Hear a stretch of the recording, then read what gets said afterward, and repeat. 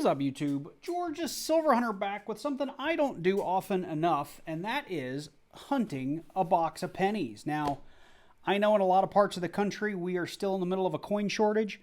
I was complaining about it a week or two ago, and in Atlanta it is still pretty hard to get coins, but I've been fortunate and found a bank or two that will throw a box at me here and there. My half dollars seem to be about every other week they can order half dollars for me. So luckily I did pick up this box of pennies probably, I think, last week, and it's just been sitting here waiting for me to hunt. And I don't have any halves to hunt today, so I figured we'd jump into this box of pennies and see what we find. So let's jump into it.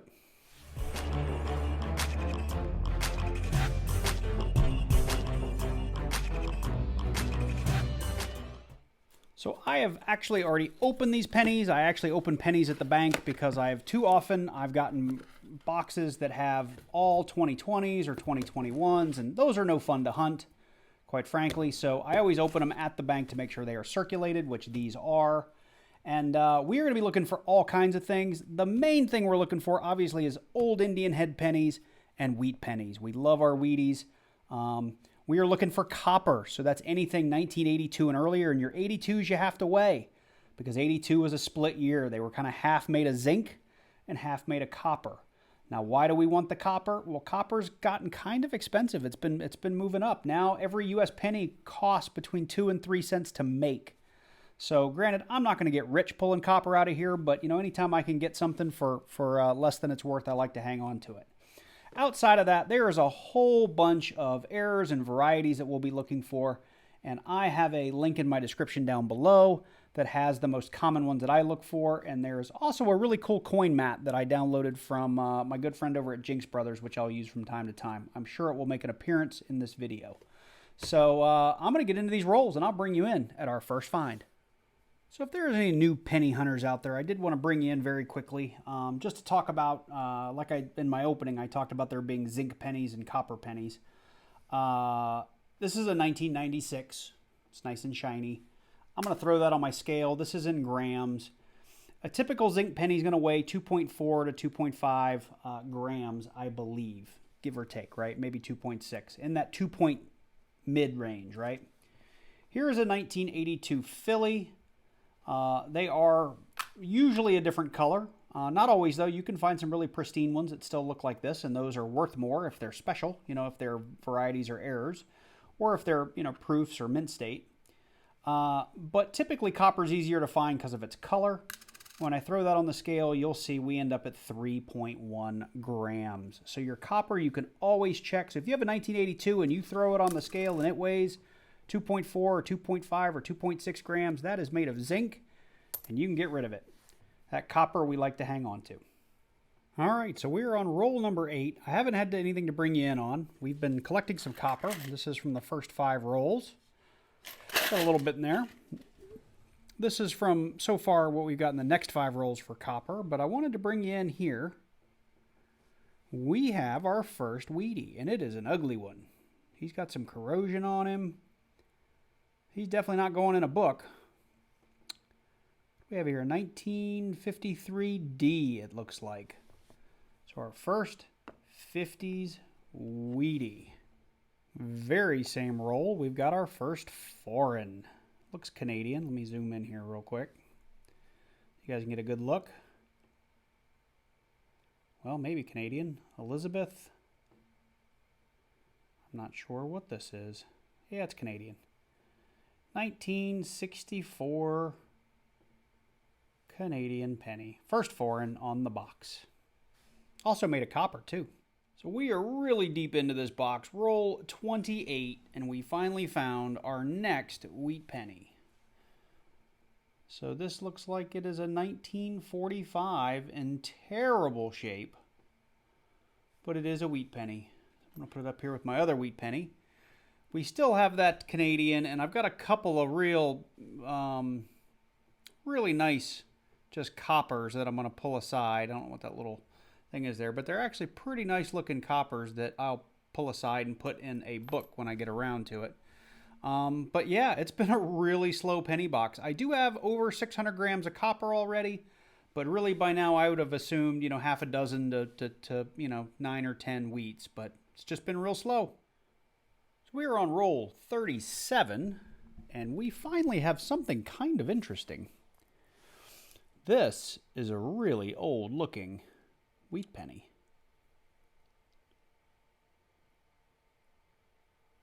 And that looks like a 1918 maybe? Let's drop that under the scope. Give me a second here. It's really chewed up. Maybe a 28? 18? What do you guys think? This is probably the oldest wheat penny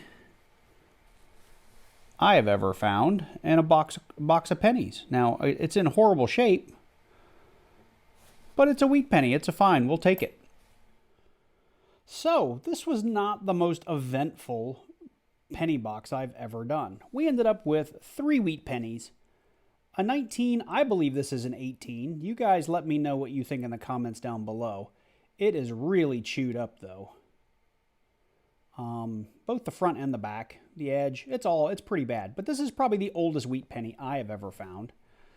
We did end up with a 1945 wheat and a 1953D. Now, in general, I think, most people find between 8 and 10, maybe 10 and 12 wheat pennies in a box. Finding only 3, to me, is pretty low. I did have only 1 foreign. Again, I watch a lot of people hunt pennies and get, a dozen, 2 dozen, 3 dozen foreigns. Not that I want them myself, but finding only 1 seems unusual. It is a 1964, so we know it's copper, so I'll hang on to this. I did find a number of 2009s. This was the only one I hung on to because it was actually still in pretty good shape. The other ones had all kinds of gunk and scratches and whatnot on them, so I just threw them back in the bin. And I kept 3 kind of, I think people would call these stunners. They're just nice copper pennies. There was a 1980. There's a 1972 with a little bit of gunk, but it looked pretty good. And this 1970, again, with just a little bit of gunk. Outside of that, I did hang on to, that is 32 1981 pennies. Our good friend over at Jinx Brothers is trying to break a world record, so I'm going to save up my 1981s for him, and once I can fill like a decent-sized pouch, I'll send them over to him. And I did find a huge, let me back out here a little bit, a huge cup full of copper. So everything in here is copper. Let me get my note, because I had to write it down so I wouldn't forget. We ended up finding 1,196.3 grams of copper. That is 2.637 pounds, which works out to about 382 pennies.